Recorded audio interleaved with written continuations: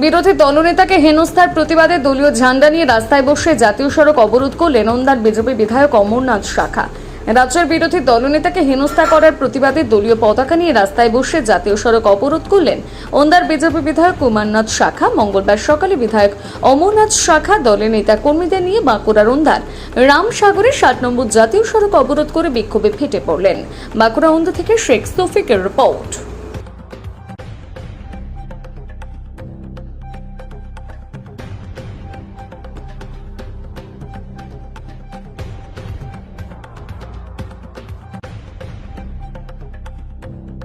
অবরোধের কারণ গোটা পশ্চিমবাংলাব্যাপী তৃণমূলের একটা এজেন্ডা যে বিরোধী দলনেতাকে যেন কোনো প্রকারে শেষ করুন।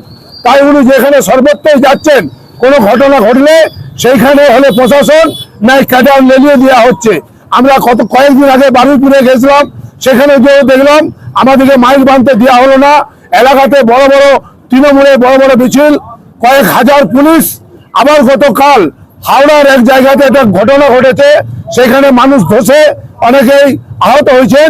সেই আহতদিকে সাহায্য করার জন্য উনি যখন গেছেন ওইখানে, তখন আর ক্যাডার পায়নি, পুলিশ প্রশাসনকে দিয়ে ওনাকে হেনস্থা করানো হয়েছে।